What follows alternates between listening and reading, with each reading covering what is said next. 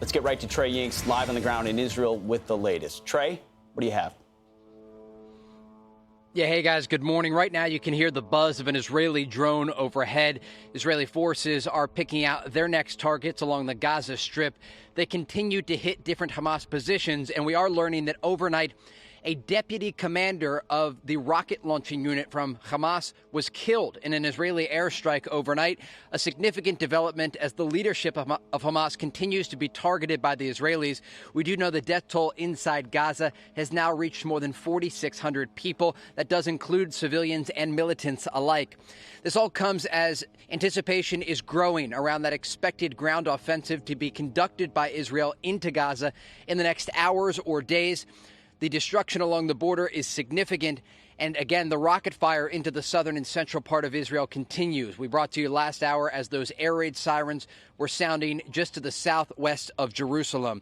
I do want to draw your attention to the northern border, where overnight the Israelis conducted airstrikes in southern Lebanon, following more anti-tank guided missiles that were fired toward Israeli positions. Also, we've seen rocket fire targeting northern Israel and the evacuation of 12 more communities along the border. A real anticipation about a new front that would include ground operations there in Lebanon and, of course, the West Bank, that third front that is opening up. We saw earlier in the week the city of Tulkarm was the site of an Israeli strike, 13 Palestinians killed. And overnight, you can see that at a mosque, there were reportedly Hamas and Islamic Jihad fighters that were targeted in an Israeli airstrike. Guys? Trey, I have a question on this commander that was targeted and killed. We've seen many headlines of specific battleground commanders being targeted, being taken out in Gaza. We hear that many of the leaders of Hamas are in other countries.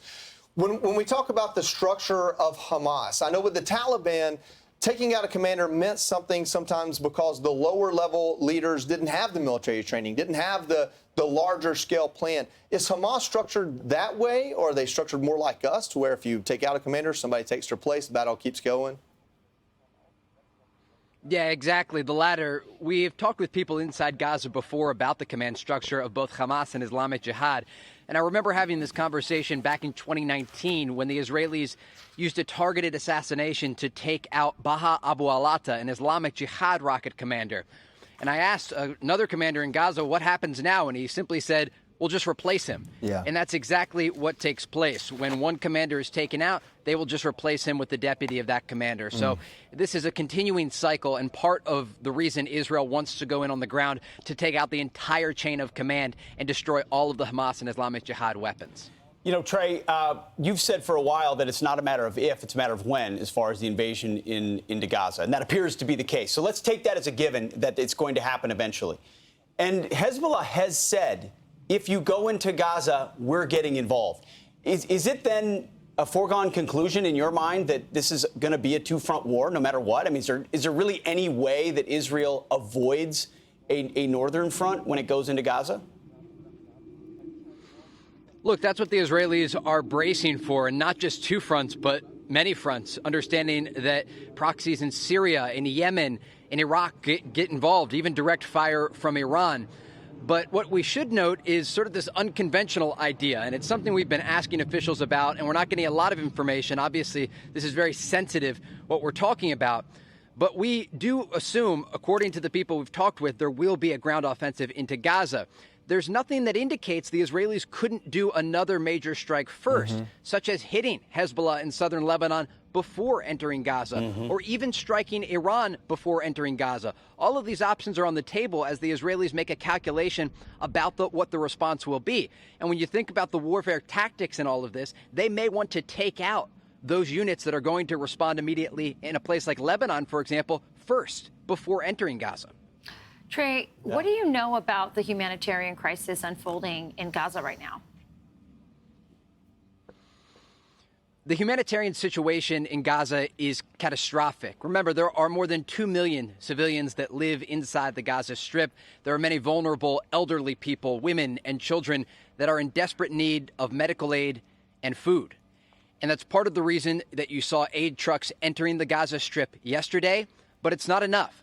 And amid this conversation and the war that is taking place, it's critical that we distinguish between the Palestinian people and the civilians and the groups like Hamas and Islamic Jihad that launched this brutal massacre on October 7th. Trey, real quick. I think that's a very, very good point to make. Thank you, Trey. Real quick before we let you go, we talked about the leaflets in the introduction to this segment that Israel is dropping in Gaza, saying, listen, if you don't get out, you're considered an enemy combatant.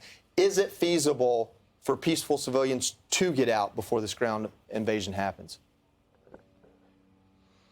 Yes, they've been given a lot of time to move south. And remember, in those initial days, we brought you the images here on Fox and Friends, and we talked about this, how some areas were being blocked by Hamas militants. Since then, we saw people getting out of their cars and simply walking. If they want to go south, they're getting south. And so they've had more than enough time, according to Israeli officials we've spoken with, to get south. But still, we should note there are thousands of civilians in Gaza City. Some people claim they don't have the means to move. They say that they are going to stay in their homes regardless. We've talked to a variety of civilians in Gaza. And it's difficult, right? Because when especially older people are living in one place for a long time and they're told to leave, it's not as easy as just saying to leave.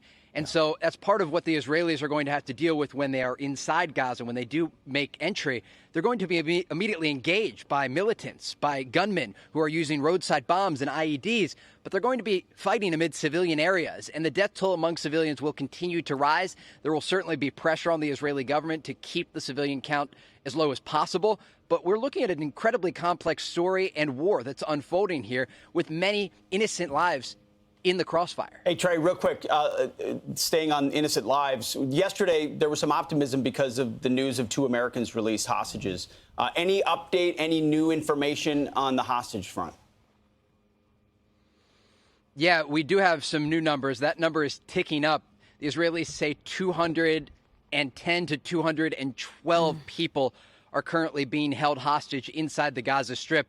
And if I could just talk about a story that we're going to have later for you. This morning, we traveled a bit north, the most north that we've been since this war erupted, to speak with one man who grew up in the town of Nir Oz, a place that we reported from, a kibbutz along the border.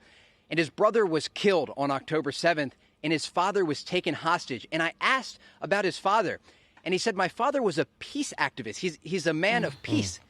And he actually helped Gazan children to take them to Israeli hospitals as part of a program. He was making art in protest of violence against Palestinians, and yet these militants still dragged him into the Gaza Strip and are holding him hostage. And I think that gives you a sense of how indiscriminate these attacks were. They killed everyone they could and took as many hostages as possible. We look forward to that. I mean, we don't look forward to it, but thank you for bringing us that report. Yes. That's the kind of thing we need to understand. Trey Yingst, live on the ground in southern Israel. Excellent. Stay safe. Thank you, Trey. I'm Steve Ducey. I'm Brian Kilmeade. And I'm Ainsley Earhart. And click here to subscribe to the Fox News YouTube page to catch our hottest interviews and most compelling analysis.